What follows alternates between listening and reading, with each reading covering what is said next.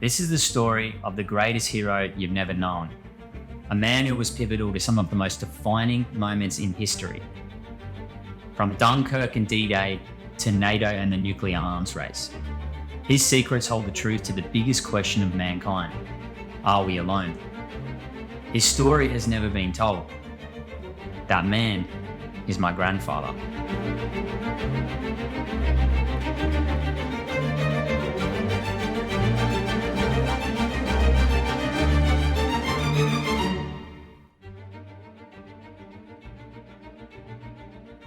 Last year I read a book called In Plain Sight by an investigative journalist, Rhys Dalton-Morgan. And within that book, there was a section dedicated to a military prohibited area in South Australia called Woomera. Now, for those that don't know, Woomera is the true Australian equivalent to Area 51. It lies about 500 kilometres northwest of Adelaide in the middle of nowhere. Created in 1947, it was home to the Australian atomic bomb tests at Maralinga and Emu Fields. During World War II, the nuclear arms race had pushed Britain to create their own rocket testing program. Because of its isolation, Britain chose Woomera to be the home of these tests. Imagine a fenced-off desert twice the size of England. That was Woomera. Woomera was used to test everything from rockets, experimental aircraft, missiles, satellites, and even help with the moon landing. If you've seen the movie Oppenheimer, you'll have a pretty good idea of the level of secrecy and activity that occurred at this range. Now, my grandfather, Tom Dalton-Morgan, managed Woomera during that time from 1955 to 1982. He was the principal officer in charge of the range. It's how my family came to be in South Australia. After I saw there was no mention of my grandfather in Rhys Dalton-Morgan's book, I reached out to the National Archives for his file. Now, in order to understand the domino effect that was about to take place, you need to know who my grandfather was and the mystery that surrounded him. Born in 1917, Group Captain Tom Dalton-Morgan was a Welsh Royal Air Force fighter pilot ace from World War II. Counted by Winston Churchill amongst the ranks of the few, Tom led dogfights in Dunkirk, the Battle of Britain, D-Day, Germany, and all over Europe. He is one of the most distinguished Royal Air Force fighter pilots from the Second World War. Yet his story is only known to a few. A direct descendant of the legendary pirate Captain Morgan, Tom came from a long ancestry of Welsh seafarers. When he signed up to join the British Royal Air Force in 1934, he controversially became the first in his family line to break the tradition of becoming a sailor. Even though Tom had been flying since age 17, he had virtually no experience as a fighter pilot when he was appointed flight commander of No. 43 Squadron. In May 1940, on his second day at the airbase, he was thrown into the maelstrom of World War II. His first combat came in the Battle of France and the Dunkirk retreat. Tom's squadron was to provide air cover for the 350,000 British soldiers stranded at Dunkirk. Here Tom shot down the first of many German fighters over the English Channel. He was protecting the civilian little ships that bravely crossed back and forth to rescue the soldiers. It was in the Battle of Britain that Tom became an ace. The experienced German Air Force or Luftwaffe heavily outnumbered the Royal Air Force when they attacked Britain in 1940. Tom's 43 Squadron bore the brunt of these fierce attacks. The odds were stacked against the British Royal Air Force that Tom wrote, "At the time, I did not think I would survive. I was determined to take as many of the enemy with me as possible. To die in battle was a good way to go." The average life expectancy of a fighter pilot in the Battle of Britain was only 4 weeks. With great losses, the RAF learned quickly. By the end of the Battle of Britain, Tom had shot down 11 confirmed enemy aircraft and was promoted to squadron leader of No. 43. He held command of the 43 Squadron longer than any other officer in all the fighter commands throughout the war. This proved to be the first major defeat for Hitler and a crucial turning point in the conflict. After heavy losses, Germany turned to night bombing. In the dark, Tom would earn his reputation as Britain's formidable night fighter. In 1941, Tom was posted to Drem in Scotland and tasked with establishing a night fighting capability in the Hurricane fighter. Now, fittingly, the motto of Drem Station was Exit Hink Bumin, which means light has departed from this place. While training new RAF pilots for service by day, Tom stalked Nazi bombers by night. His Hurricane fighter was painted matte black all over and fitted with anti-glare panels over the engine exhaust. It looked like the Batwing. With no radar help, only the most experienced pilots flew night interceptions. Imagine flying over the blackness of the sea, searching for enemy aircraft by just their silhouettes. The ocean, clouds and moonlight, your only aid. Few German night bombers fell victim to single-seat fighter pilots, but Tom, hunting alone, destroyed 7. In September 1942, Tom's success led him to become the leader of Ipsley Wing. This was the largest wing in fighter command, where he had 8 squadrons under him. As wing commander, Tom would fly leader for the European offensive against the German Air Force in his new Spitfire Supermarine. Captain Erich Moll wrote, "I had the good fortune to serve with a wing leader I have never forgotten. His name was Tom Dalton-Morgan. Tom was the real Top Gun. When he entered the room, you could feel his presence. You did not have to see or hear him to know he was there. He had some sort of awesome charisma, and a special aura seemed to surround him. If he said we are going to fly through that mountain and come out the other side, I think I would go with him." That was the kind of leadership Tom exuded. He was the epitome of leadership. Tom was promoted to Group Captain of Operations of the 2nd Tactical Air Force in 1944. He was given the task of planning the ground and fighter operations in support of the campaign on D-Day, the largest amphibious invasion in the history of warfare. After the successful Normandy landing, he would advance across Europe with the 2nd Tactical Air Force Group. Tom would go on to commandeer Nazi airfields in France, Belgium, Netherlands and Germany. He flew every time he could until the Nazis were defeated in 1945. Air Marshal Sir Fred Rosier commented, "It would be impossible to overstate Tom Dalton-Morgan's importance and influence on the conduct of fighter operations for and beyond D-Day." With a scarred face and a chest full of medals, Tom finished the war with 22 enemy aircraft confirmed destroyed. Now, there are plenty of accounts like this in his biography, but a lot is missing from his past. Tom was an extremely modest and unassuming man. Clive Williams, who authored his biography, Tommy Leader, often thought getting information out of Tom was like extracting teeth. He considered him the most private person he'd ever met. However, as time has gone on after Tom passed away in 2004, it has been discovered that he had an even more fascinating history. Much he never spoke of. After Tom passed away, United States Air Force records later revealed that during the war, Tom had been the first British officer to be recruited as a secret ghost pilot in the United States 8th Air Force. This meant he flew in the United States Air Force under the aliases of US pilots that had been killed in action. Commander Mark Barndy of the United States Air Force stated, "The truth about Dalton-Morgan's time with the 8th Air Force is the subject of continuing research. At the time, the unofficial nature of his position meant he never claimed his victories. The known facts are that he flew 70 fighter sorties in 8th 4th Fighter Group Mustangs, escorting 8th Air Force bombers deep into German airspace. He was officially awarded the Bronze Star, but also unofficially received the Silver Star and the American Distinguished Flying Cross from US President Harry Truman." Now, as Tom was already an ace by the end of World War II with 22 enemy aircraft confirmed destroyed, if he did more than double his number of kills with the 8th Air Force, this means that he would have shot down the most enemy aircraft for the Western Allied forces in World War II, surpassing the great Johnny Johnson. Being the humble man he was, he sought no acknowledgement for his deeds. Or was there something else? Knowing how much had already been uncovered about Tom's past and what else could be missing, I searched the Australian National Archives for his records. Oddly enough, I couldn't find much other than a single report file from his time at Woomera. When I requested the file, it said it was not available for public access. So I called the National Archives and I spoke with a lady who helped me. She tried to access the file for me as it was showing available on their end, but when she did, there was nothing there. She said she'd never seen this before, and it looked like the Defence Department had taken the file back. She recommended I get in touch with the Australian Defence Department and the UK Ministry of Defence. So I submitted a personal information and freedom of information request for Tom's records. I went back and forth with them for months, providing endless documentation. While the UK Ministry of Defence eventually provided Tom's service records from the RAF, they were only until 1952. They said they had no records from his 27 years of Woomera in Australia.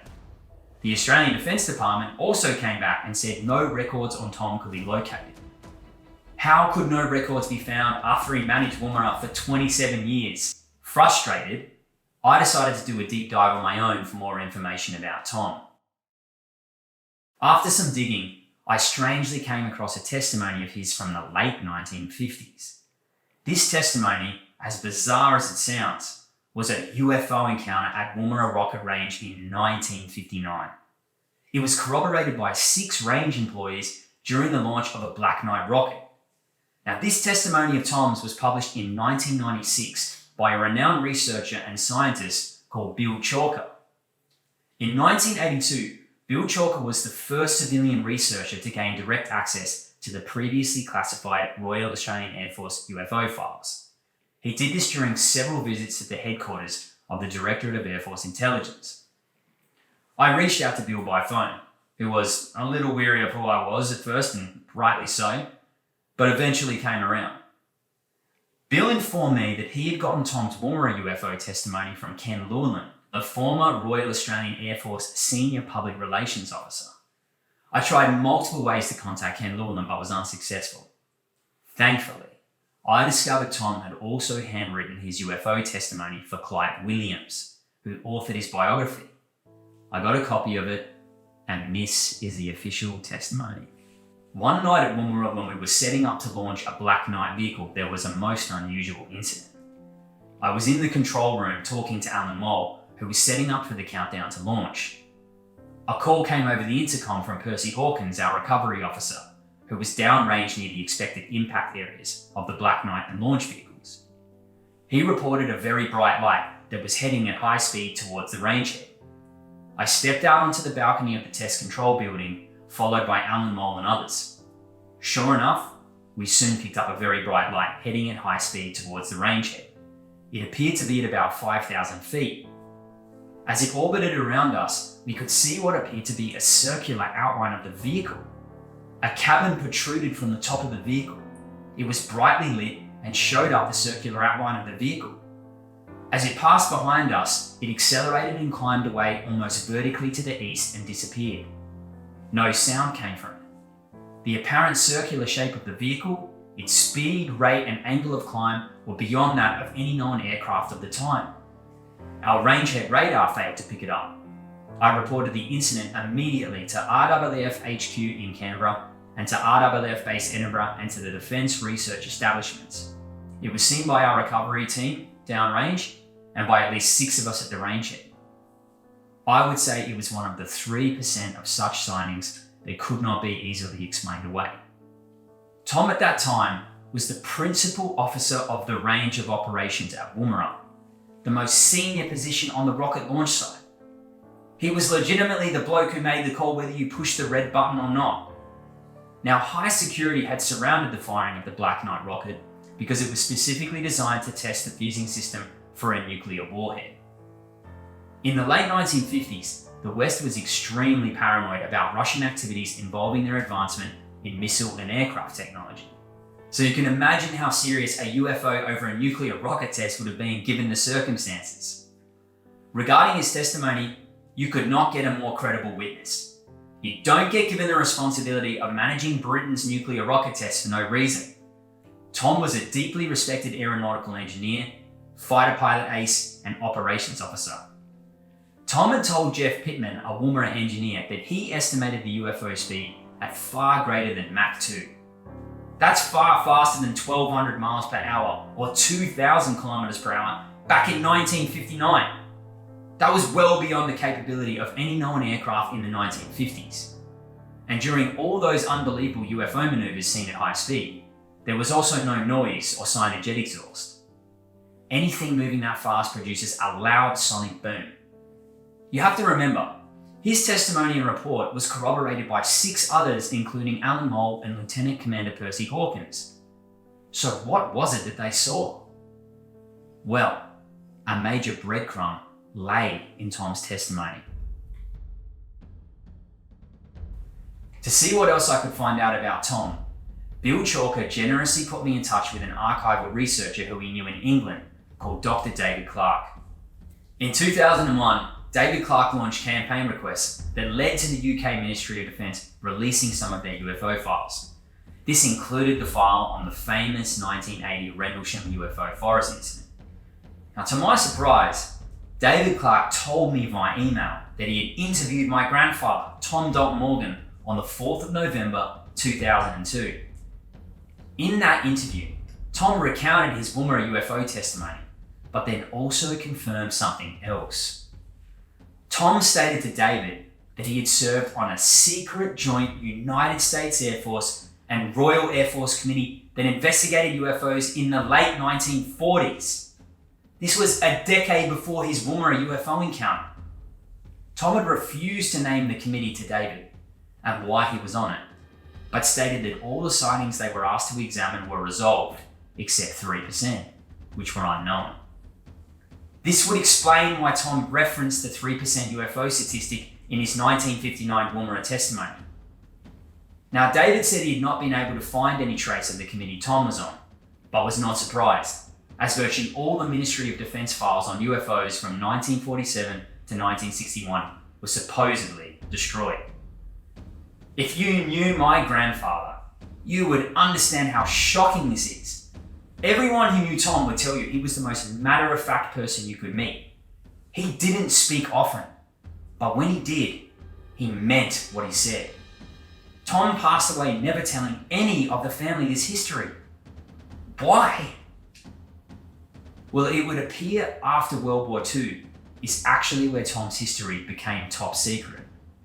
From his RAF records and biography, we know that in 1946, after the war, Tom was sent to RAF Staff College and the Imperial Defence College. At some point during this period, he was formally groomed for RAF intelligence. The reason being is in 1948, Tom was all of a sudden posted to a Special Duties branch in the Air Ministry unit.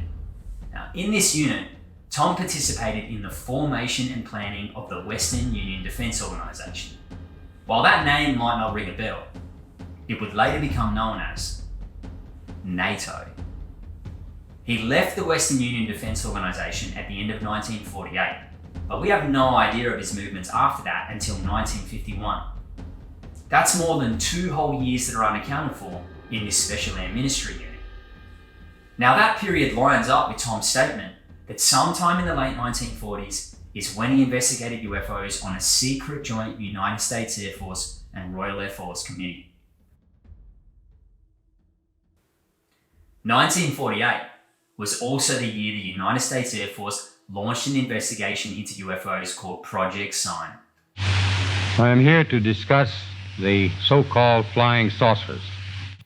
It was reported by Project Sign Air Force Captain Edward J. Ruppel that, toward the end of November 1948, a wire came into Project Sign from Germany.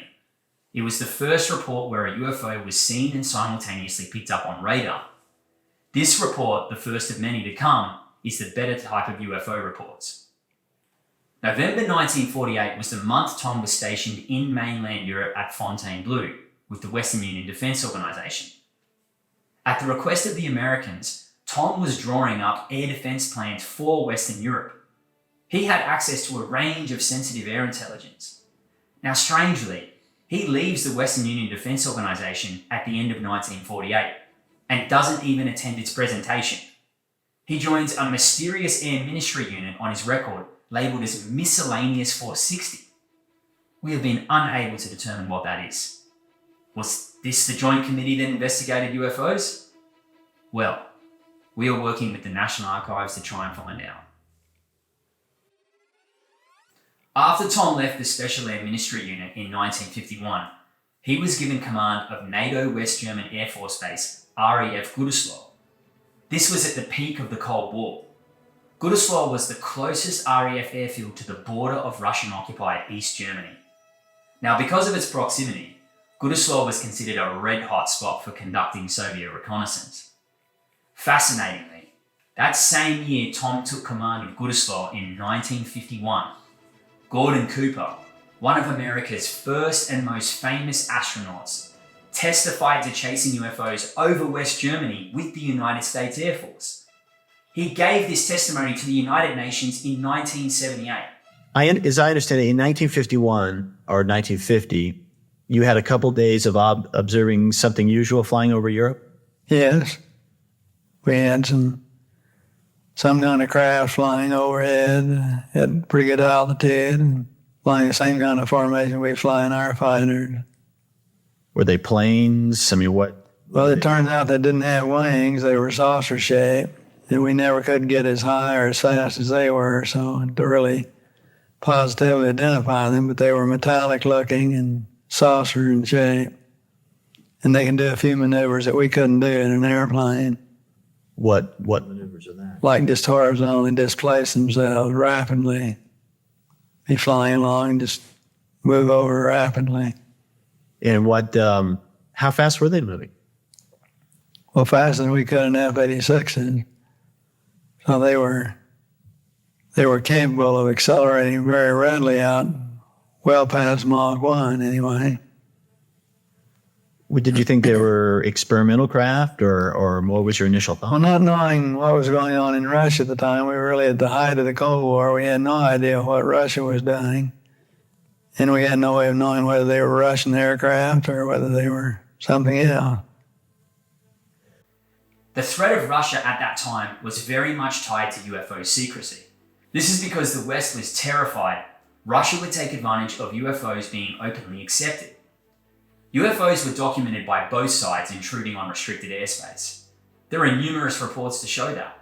Even though UFOs were being secretly studied by the Air Force, because they were generally not considered a threat, the defense policy was to ignore them.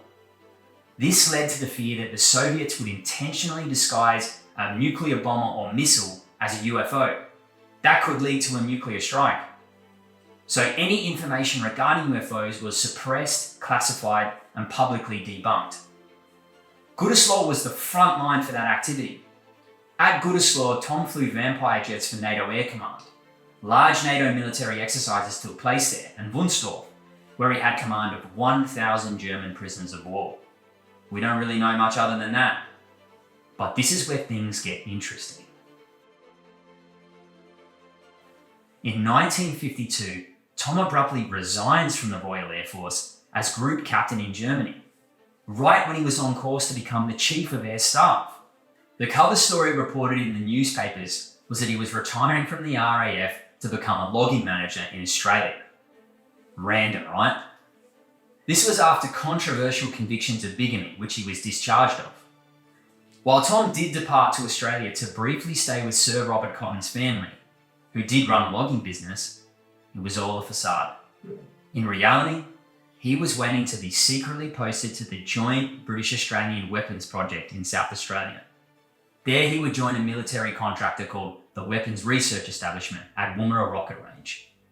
It's from here on, we can't obtain any of his personal records, even though it's confirmed he was the principal officer in charge of Woomera.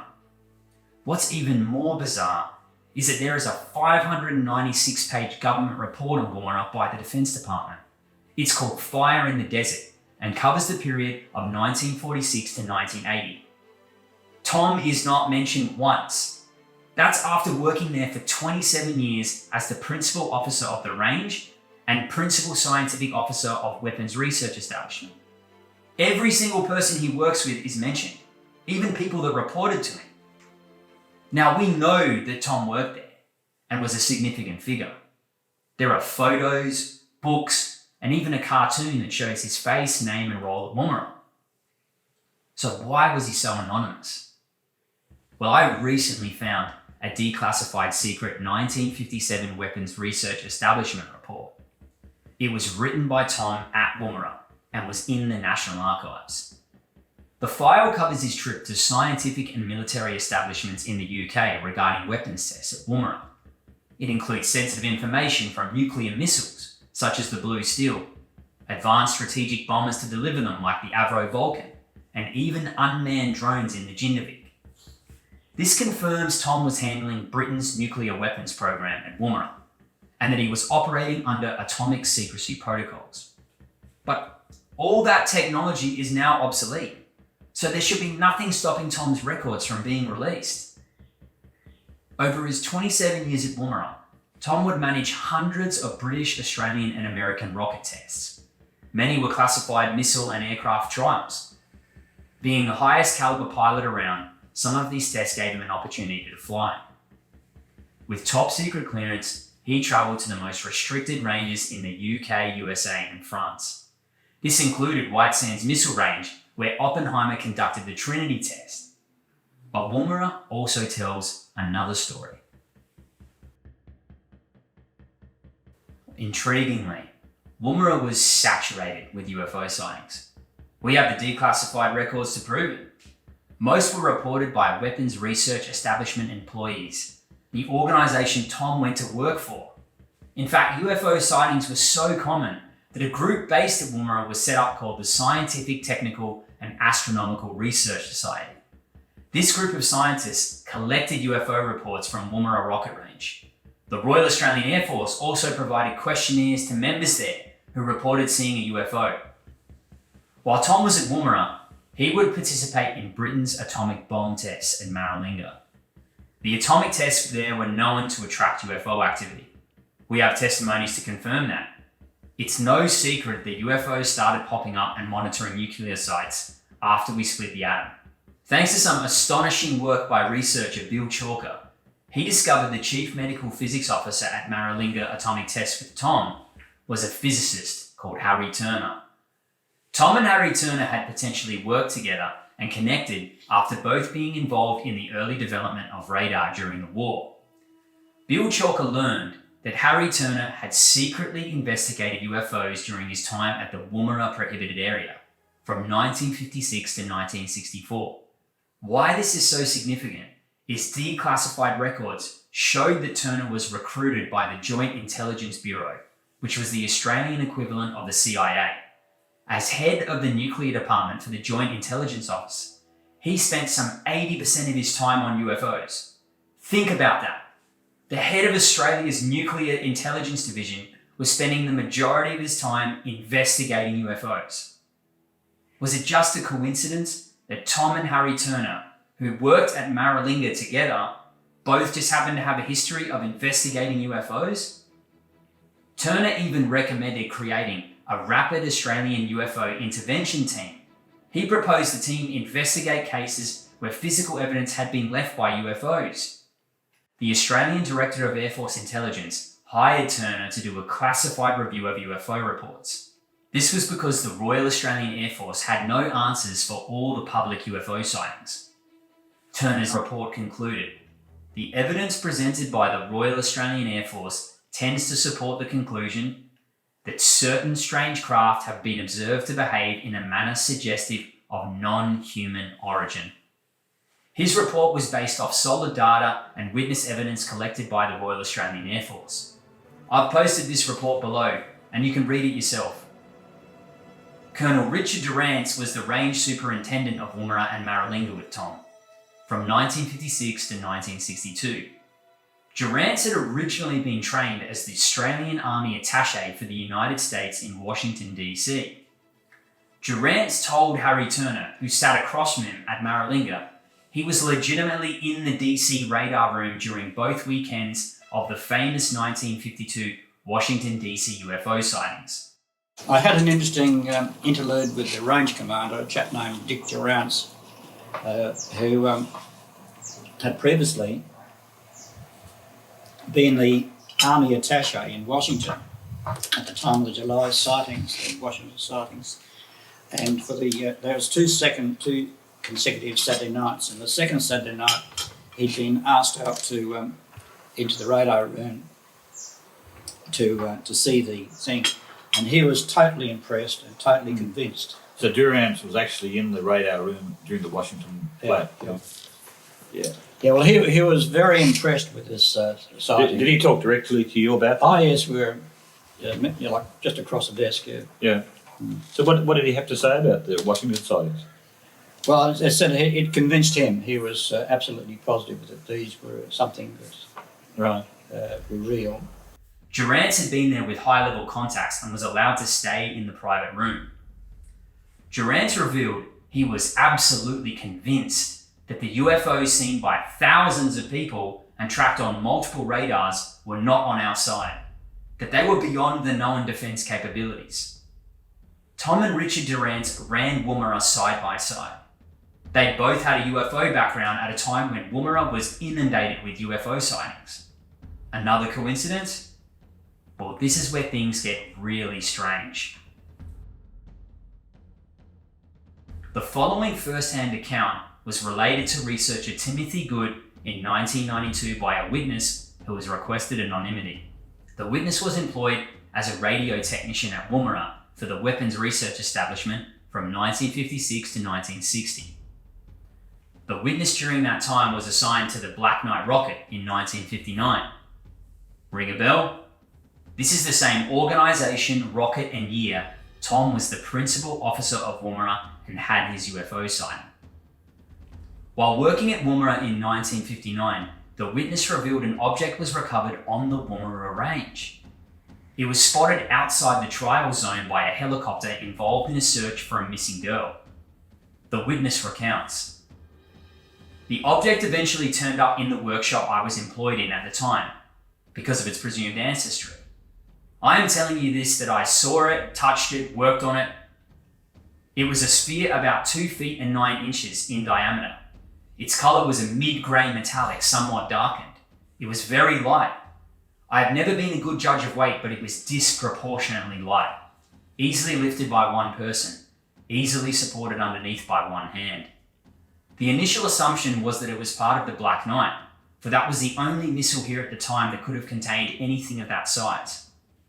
One of the Black Knight experts disclaimed it. We then assumed it to be Russian or American and had a closer look.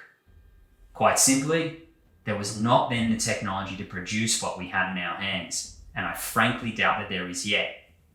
We tried to cut it, and we could not even mark it with hard tools. Saws, drills, hammers, chisels, nothing. We heated it with an oxygen torch, and you could put a hand on it the second the torch was removed. I did several times. We could not get it anywhere near oxidizing heat. By this time, we were curious, and we examined it much more closely. To the naked eye, in any way we could measure, it was a perfect sphere. No dent or bumps, however teeny. It appeared as one piece. There were no joins, no rivets, no weld marks, no sign of weld marks being polished off.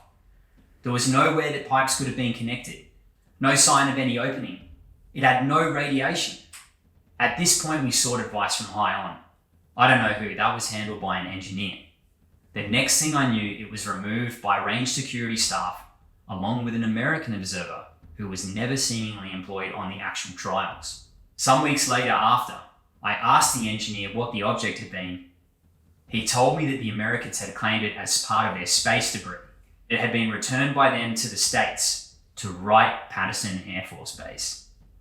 Some years later, I encountered by chance another of the people who had seen the object, but who, unlike me, was still employed at Woomera.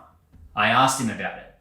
He told me that as far as he was concerned, there had never been such an object and strongly advised me to adopt the same line if I was ever asked. Perhaps this is foolish, but for many years now, I have believed that what we held in those several days was not merely space debris, was perhaps not even some material left by a UFO, but that it was perhaps some form of UFO itself. If this account is true, what are the chances this object turns up under Tom's watch? The same location, contractor, and rocket Tom was in charge of. Now we know Tom investigated UFOs for intelligence, and even had his own UFO sighting at Woomera. Again, if this testimony is true, Tom may have known more about this object and it going to Wright-Patterson Air Force Base. After all, Tom had high standing with the United States Air Force after running joint operations with them in World War II and the Cold War. He was the first British officer to fly as a secret ghost pilot for them. In fact, Tom's role actually created a Royal Air Force and United States Air Force SWAT program that continues today. The point is, he is someone the United States Air Force would have trusted on a joint top secret subject with the British. And few men in charge of the range had the clearance and experience of being on a United States Air Force panel that studied UFOs. Wherever Tom went, UFOs followed, from Foo Fighters in World War II to flying saucers at Woomera. I believe Tom knew a hell of a lot more about UFOs than he was ever allowed to say, but like so many before, he went to the stars with his secrets. So who was Tom Dalton-Morgan really? And why won't the Defense Department release his personal records after 1952? I was close with my grandfather. He passed rugby balls with me, told me stories of war, and taught me manners. I chose the music for his funeral. I feel obligated to share his story and pursue the truth. This was a man who lived to fly. He flew for tens of thousands of hours in more than 50 different aircraft across his career. He was a man who was entrusted with some of the most sensitive military secrets of our time, some we are still discovering. From being a World War II acer, ghost pilot in the United States Air Force, to helping create the precursor to NATO. He investigated UFOs on a secret joint committee and managed the Woomera Rocket Range. This was not a person's word you would take lightly, especially when it came to anything flying. With that in mind, if Tom believed the UFO he witnessed wasn't ours, who or what was it? I intend to find out.